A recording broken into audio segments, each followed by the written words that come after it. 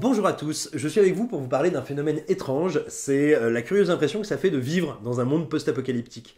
Vous savez, dans les films comme Je suis une légende, 28 jours plus tard, quand les personnages sont entourés d'affiches qui datent d'avant la catastrophe, et que ça crée comme ça un espèce de sentiment de flottement, d'anachronisme très curieux. C'est un petit peu ce qu'on vit. Pour peu que vous soyez en ville, vous devez avoir autour de vous des affiches de films dont l'exploitation a été interrompue par le confinement, ou des films qui ne sont jamais sortis. Je pense à des films comme Invisible Man, comme Pinocchio, ou encore Sans un bruit d'eux, ou même Forte, une comédie française qui a un destin un peu particulier en termes d'exploitation et sur laquelle on va revenir parce que ça pose énormément de questions intéressantes sur comment fonctionne le cinéma en France. Mais avant, voyons un petit peu comment se sont débrouillés ces films. Alors, il y a ceux, je vous parlais notamment d'Invisible Man, mais il y a aussi Sonic, dont l'exploitation a été interrompue par le confinement et la fermeture administrative des salles de cinéma, et puis il y a les films qui carrément n'ont pas pu sortir, ont vu vraiment leur sortie s'aborder. C'est le cas de Bloodshot ou de The Hunt qui sont débarqués en VOD ou achat numérique sur les plateformes un peu partout, en France comme ailleurs. Donc soit parce qu'ils avaient, on va dire, un écosystème légal qui leur permettait de le faire, c'est le cas aux États-Unis, soit parce qu'ils sont allés voir les institutions locales, chez nous le CNC, pour dire on a besoin d'un système dérogatoire, on a besoin d'un moment d'exception pour pouvoir rencontrer le public et ne pas être des naufrages économiques terribles, aux conséquences assez monstrueuses pour leurs distributeurs, leurs producteurs, etc. Alors, sur le papier, on pourrait se dire que ces films qui ont choisi d'aller rencontrer comme ça directement le public, que Forte rentre exactement dans cette catégorie. C'est pas tout à fait le cas, parce que le film, alors déjà, n'a pas du tout eu d'exploitation, il devait sortir le 18 mars, c'est-à-dire pile poil quand il y a eu le coup près du confinement, mais en plus de ça, le film n'arrive pas en location ou en achat numérique. Il arrive sur Amazon Prime Video, et on veut dire comme n'importe quelle production maison de la plateforme, c'est-à-dire que il est en streaming, en SVOD, et donc du coup, il n'aura jamais de carrière en vidéo physique, il ne sera jamais diffusé sur une chaîne cryptée, ni sur une chaîne gratuite. Donc, la production du film, Quad Production, a décidé de complètement interrompre le schéma traditionnel, de passer, on va dire, non pas outre, parce qu'ils ont eu le droit de le faire légalement, mais littéralement de se permettre d'oublier la chronologie des médias, pour aller directement sur Amazon Prime qui a les droits monde et les droits sur tous les formats possibles, existants et à venir d'exploitation du film. Pourquoi est-ce que c'est très important? Parce que ça nous permet de vous causer un peu de la chronologie des médias. Alors, souvent dans les commentaires sur écran large, souvent quand on en parle entre nous, la chronologie des médias, on l'aborde en fait comme une espèce de gêne, de barrière un peu vieillotte qui fait que Captain Thor numéro 8, je peux pas le voir sur ma plateforme de SVOD avant 36 mois parce que la loi est faite comme ça. En gros, comme une gêne qui nous interdit de profiter des films dans le format où on veut, à l'instant où on veut. En fait, c'est pas tout à fait vrai. Et pour comprendre l'esprit et la réalité de la chronologie des médias, il faut prendre en fait exactement le point de vue inverse. C'est-à-dire qu'elle est pensée pour faire en sorte que des films divers, variés, on verra pourquoi, et surtout des formats divers, variés, puissent coexister, cohabiter, sans s'écraser, se dévorer les uns les autres, et ainsi nous assurer un écosystème cinéphilique, faute de mieux, qui soit justement riche et qui nous donne plein de possibilités. Alors on va voir pourquoi c'est vrai. En gros, si on n'avait plus de chronologie des médias, par définition, on serait donc dans un système très libéralisé où petit et gros seraient à égalité, c'est-à-dire pas du tout à égalité, pour essayer d'aller sur tous les formats possibles et imaginables en fonction de leur budget, de leurs possibilités, de leur capacité de communication, de la connaissance par le public ou pas des œuvres qu'ils proposent. On va prendre un exemple tout bête. Alors bien sûr, un Star Wars, un Marvel, un Jurassic World, ce que vous voulez, pour lui, c'est pas vraiment un problème. Sa marque est incroyablement connue, il a un budget de communication colossal et il est capable de débarquer en salle sur 900 copies, une semaine après avec 3 millions de Blu-ray, 15 jours encore plus tard sur toutes les plateformes de son choix. Bref, quel que soit le système, ces films, ces gros studios, ces grosses machines de guerre, ces blockbusters, sont capables de s'adapter à différents marchés et, à mon avis, sans grand problème.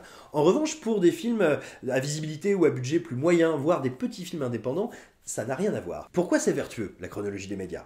Prenons l'exemple de Parasite. Imaginez que vous vivez dans un pays où il n'y a plus de chronologie des médias, où c'est complètement libéralisé. C'est-à-dire que quand Parasite, qui a eu sa Palme d'Or, sort, il sort à la fois dans quelques salles, mais aussi en format physique, en DVD, Blu-ray et surtout en VOD. Soyons honnêtes. La majorité d'entre nous ne serait pas allé le voir en salle. La majorité d'entre nous l'aurait vu en VOD, et ça veut dire que probablement une importante fraction des spectateurs l'aurait téléchargé illégalement, parce que à la seconde où il est disponible en VOD, il est disponible illégalement en streaming ou en téléchargement.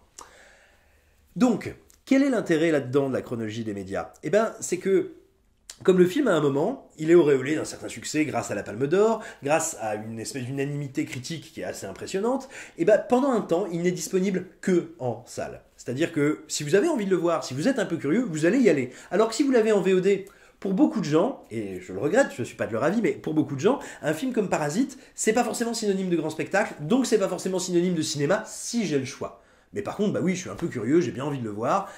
Il n'existe qu'en salle, donc je vais aller le voir en salle. Et ça permet au film de faire l'énorme succès qu'il a fait en salle, donc d'avoir une espèce de caisse d'écho, de caisse de résonance qu'aujourd'hui n'a pas la VOD. C'est un fait. On peut le regretter, on peut trouver ça très dommage, mais c'est un fait, la VOD, même un succès de VOD, ne provoque jamais ou très rarement ce type de mécanique vertueuse et voilà, littéralement de caisse d'écho pour un film.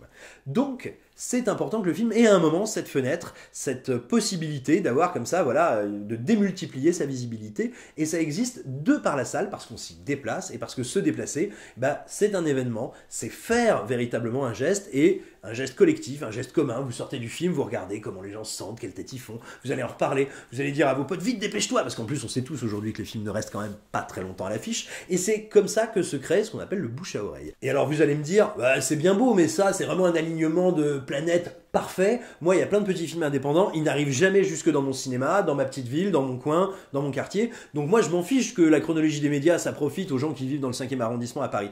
Et vous avez raison. On va prendre un autre exemple d'un film qui, typiquement, aurait bénéficié peut-être d'une autre forme de chronologie des médias. C'est le cas d'Adoration de Fabrice Duvels. C'est un excellent film, on en a dit beaucoup de bien sur écran large, et beaucoup de médias en ont parlé. C'est un film qui a réussi à avoir un buzz, qui a réussi à être, on va dire, visible. Les cinéphiles savaient qu'il allait sortir, savaient qu'il existait. Il avait comme ça, pas mal d'électricité autour de lui.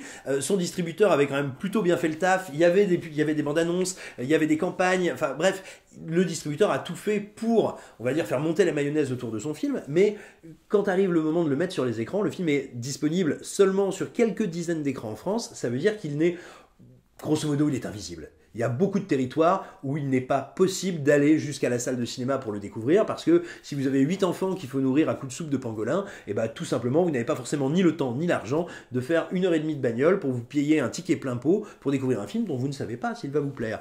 Et du coup, le film n'étant visible que sur une toute petite portion du territoire, le problème c'est que son arrivée ensuite en VOD, DVD, ce que vous voulez, ça va seulement être 4 mois plus tard, et là, le long métrage a perdu tout le bénéfice de son buzz d'alors, parce que 4 mois plus tard, on est passé à autre chose, il y a d'autres films à l'affiche, il y a d'autres films qui nous excitent, il y a d'autres sorties qui font événement, et la petite excitation autour d'Adoration, si vous n'avez pas pu le voir en salle, vous l'avez probablement perdu, vous ne vous rappelez peut-être même pas du film.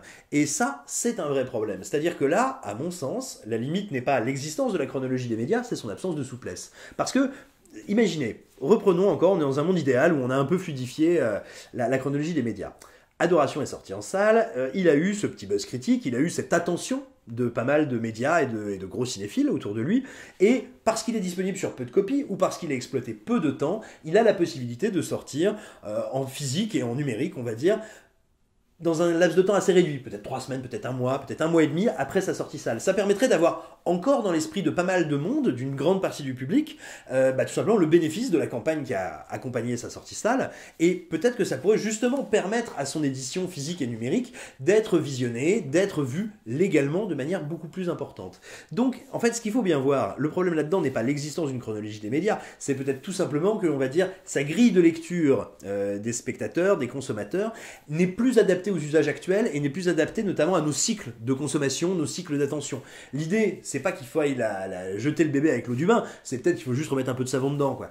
Et vraiment, je pense que c'est une distinction importante. Ne croyez pas que la chronologie des médias est un truc qui est anachronique, antédiluvien et qui nous met tous des bâtons dans les roues. Au contraire, si on la réforme intelligemment, elle pourra poursuivre ce qui est son but premier, à savoir favoriser la variété et la visibilité de petits films, de films indépendants, de films qui nous viennent d'autres pays, bref, avoir une certaine variété tout simplement, et ça c'est super important. C'est aussi un système qui assure, mine de rien, une certaine survie, une certaine viabilité à nos salles de cinéma, parce que quand bien même vous n'aimeriez aller au Cinoche que pour voir de gros blockbusters qui pètent de partout, ne croyez pas que les salles peuvent survivre avec 10 blockbusters par an, surtout qu'une année comme cette année où il n'y en a pas du tout.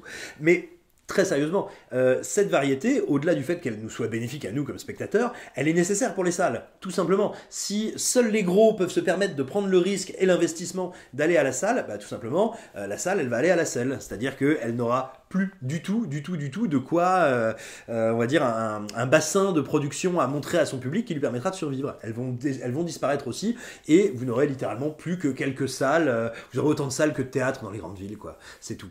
Donc, mine de rien, la chronologie des médias, avec toutes ses imperfections actuelles, avec toute la nécessité de réforme qu'elle appelle, c'est aussi un système dont on a un grand besoin, et il va falloir penser à le remettre en état plutôt que de l'évacuer dans un grand coup de pinceau libéral dont il n'est pas dit qu'il fasse énormément de bien à l'économie du cinéma. Voilà, c'était quelques réflexions qu'on avait envie de partager avec vous suite à la découverte que ça y est, nous sommes tous enfin dans un film post-apocalyptique, même si c'est un peu moins sale que Mad Max. On espère que vous vous portez bien, que vous aurez envie de nous donner votre opinion sur toutes ces questions-là, parce qu'elles sont super importantes dans notre vie de cinéphile à tous. Et puis voilà, prenez soin de vous, restez chez vous, lavez-vous les pieds, buvez trop.